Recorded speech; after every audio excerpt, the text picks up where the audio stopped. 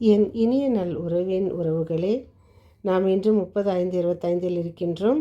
தூய ஆவியானவர் துணை நம்மில் என்றும் அன்னையின் அன்பிலும் பரிந்துரையிலும் நாம் தொடரும் சங்கீத தொடர்ச்சி 86:10-11-12. வணக்க மாதத்தில் இன்று நாம் அன்னைக்கு சொல்ல வேண்டியவை: விண்ணக மண்ணக வாசிகளின் அரசியே, எங்கள் அன்னையே, எங்களுக்காக வேண்டிக் கொள்ளும்.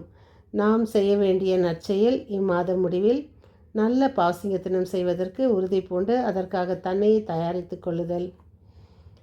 அன்னை மரியா நம்மை ஒவ்வொரு நாளும் வாழ வைத்து கொண்டு வந்ததற்காக நாம் அன்னை மரியா செய்த அனைத்து காரியங்களுக்காக நன்றி செலுத்துவோம். திருத்தூதர்கள் பணி 18:9-18 இன்றைய வாசகம். இன்றைய வாசகத்தில் நாம் தெரிந்து கொள்ள வேண்டியது: கொரிந்து நகரில் இருந்தபோது இரவில் ஆண்டவர் பவுலுக்கு காட்சியில் தோன்றியது. அஞ்சாதே, பேசிக்கொண்டே நிறுத்தாதே என்று.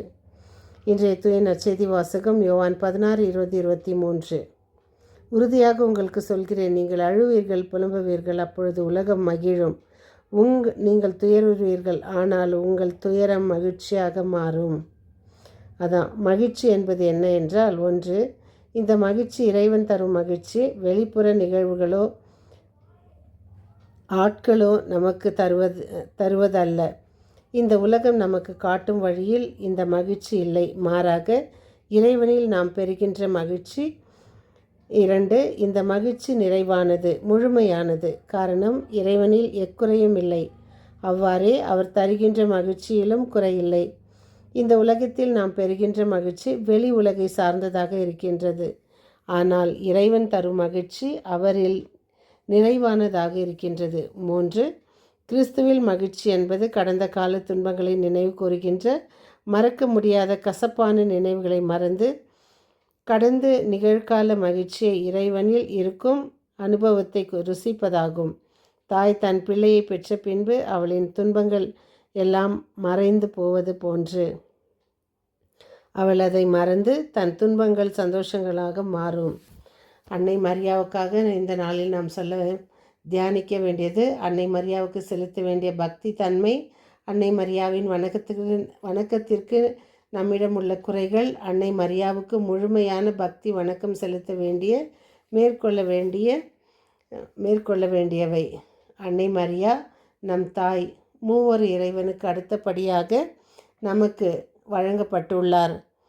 அவருக்கு முழுமையாக பக்தி வணக்கம் செலுத்தி அவருக்கு பிரியமானவராக இருக்க வேண்டுமானால் அவர் உங்களுக்கு சொல்வதெல்லாம் செய்யுங்கள் என்று இயேசு என்று அவர் கூறியது இறைவனில் திருவுளத்திற்கு ஏற்புடைய வாழ்வு வாழ வேண்டும் என்பது தான்.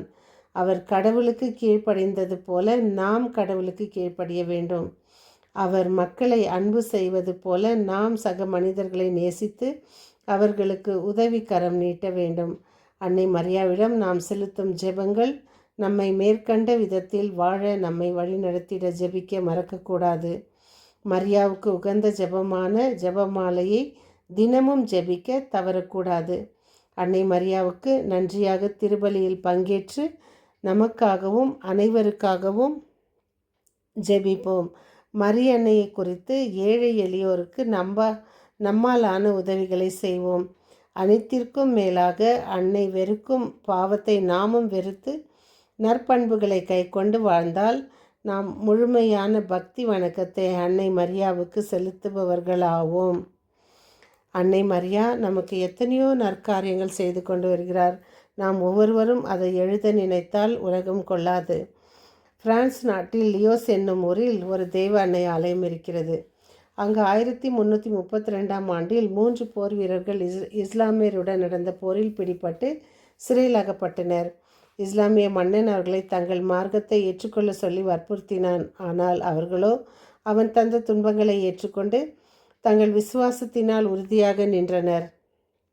எனவே அரசன் துன்புறுத்துவதை விட்டுவிட்டு ஏராளமான பணமும் வசதியான வாழ்க்கையும் தருவதாக ஆசை காட்டி இஸ்லாமை தழுவ கேட்டுக்கொண்டான். மீண்டும் அரசன் அழகும் அறிவுமிக்க இஸ்மேரியா என்னும் தனது மகளையே அவர்களிடம் அனுப்பி அவர்கள் மத மாற்றம் பெற்றிடாமல் மூலம் முயற்சி செய்தான். ஆனால் வீரர்களோ அவளிடம் திருவிவிலியத்தை குறித்து பரிசுத்த கன்னிமரியாளை குறித்து பேசினர். அன்னை மரியாவை பற்றி கேள்விப்பட்ட பின் அவள் அன்னையின் திருமுகத்தை பார்க்க விரும்பி தனக்கு மரியன்னையின் படம் ஒன்றை தர கேட்டாள். அவர்களோ சிறைச்சாலையில் இருப்பதால் தற்போது அன்னையின் படத்தை அவளுக்கு தருவது இயலாது என்றனர். ஆனால் அவளோ ஒரு மரக்கட்டையையும் சிற்பம் செதுக்குவதற்கு தேவையான கருவிகளையும் அளித்து தனக்கு அன்னை மரியாவின் சொரூபம் ஒன்றை செய்து தர வேண்டும் என்று கேட்டுக்கொண்டாள். சிற்பக்கலை அறியாத வீரர்கள் அன்னை மரியாவிடத்தில் தங்களுக்கு இக்கட்டான நிலையில் அவர்களுக்கு உதவி செய்திட உருக்கமாக ஜெபிக்கலாயினர். மிகவும் ஒளி பொருந்திய விண்ணக அரசியின் வடிவிலான அன்னை மரியாவின் திருச்சுரூபம் ஒன்றை கண்டனர். அவர்கள் மட்டற்ற மகிழ்ச்சி அந்த சுரூபத்தின் மூலம் முழந்தாள் படியிட்டு வணங்கி நன்றி செலுத்தி ஜெபித்தார்கள். அரசனின் மகள் இஸ்மேரியா வந்தபொழுது ஒளி பொருந்திய அன்னை மரியாவின் சொரூபத்தை கண்டு பயபக்தியுடன் அன்னையை வணங்கினாள். அன்று இரவு அன்னை மரியா 3 போர் வீரர்களுக்கும் இளவரசிக்கும் காட்சியளித்து அவர்கள் அப்பொழுதே ஊரை விட்டு கிறிஸ்தவர்களிடம் சென்று விட வேண்டும் என்று கட்டளையிட்டார். அவர்கள் அன்னை மரியாவுக்கு துணையுடன் ஊரை விட்டு கிளம்பினர். அவர்கள் நெடுந்தூரம் வந்ததும் இன்னும் எகிப்திலேயே இருந்ததால் இஸ்லாமியர்களால் தங்களுக்கு ஆபத்துகள் ஏற்படுமோ என்று பயந்தனர். என்ன செய்யலாம் என ஆலோசனை செய்தவாறே அவர்கள் உறங்கி போயினர். காலையில் கண் விழித்த போது போர் வீரர்கள் இளவரசியுடன் எகிப்திலிருந்து இறை வல்லமையால் பிரான்ஸ் நாட்டுக்கு வந்துள்ளதை உணர்ந்தனர். நால்வரும் தங்களுக்கு நேர்ந்ததை ஊர் மக்களிடம் பகிர்ந்து கொண்டனர்.